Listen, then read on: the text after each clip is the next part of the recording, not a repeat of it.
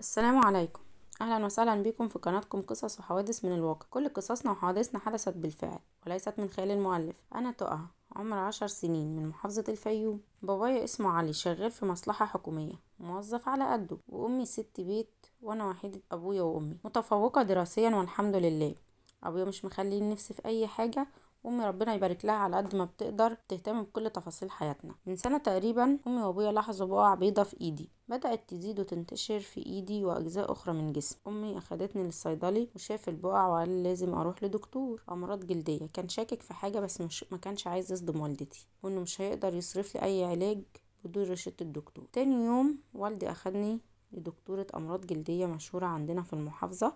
الدكتورة كشفت بجهاز عندها، وكانت الصدمة لما قالت ان دي بدايات لمرض بهار. كتب روشتة لوالدي، كان من ضمنها نوع سعره غالي جدا، كان مستورد مهم جدا في السيطرة على انتشار المرض. طبعا كان معاه أدوية تانية لكن ده كان أساسي. أبويا رغم عدم توافر فلوس العلاج لكنه استلف واشترى العلاج، وبدأت رحلة العلاج اللي كانت بمواعيد بتبدأ من بعد الفجر حتى النوم. العلاج بدأ تظهر نتيجته لكن ببطء. رحنا للدكتور في الإعادة بعد أسبوعين وقال لازم نستمر في العلاج لأنه بياخد وقت طويل ومحتاجين صبر. المحزن والصادم بقى ان للأسف البهوج بدأ يظهر في وشي. ده سبب ليا أزمة نفسية. كنت خايفة جدا من التنمر عليا في المدرسة من أصحابي، أو لو حد لاحظ البقع لأنها كانت صغيرة مش واضحة جدا في وشي. والدي رجع في يوم من الشغل وقال ان في زميل ليه في العمل قال له على علاج فعال ونتيجته مضمونة.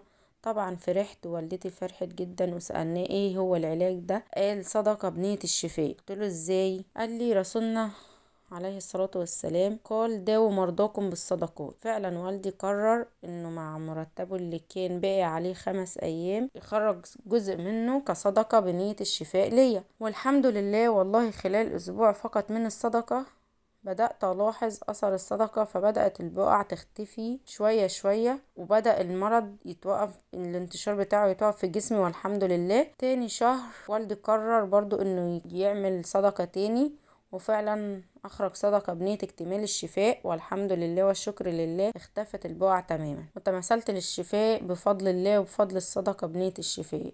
احنا بنروح لدكاترة كتير وبنصرف كتير فلوس على العلاج، فياريت كلنا نجرب اخراج صدقة بنية الشفاء، بنية شفاء مرضانا، وهنشوف نتيجة افضل بكتير من الادوية. دي كانت اول قصة لينا على قناتنا. لو عجبتكم القصة ياريت تعملوا اشتراك في القناة وتفعلوا زر الجرس عشان يوصل لكم كل قصصنا وحوادثنا، وتعملوا مشاركة للفيديو. واللي عنده قصة او مشكلة حابب يشاركها معانا على قناتنا يرسلها على الايميل اللي في صندوق الوصف.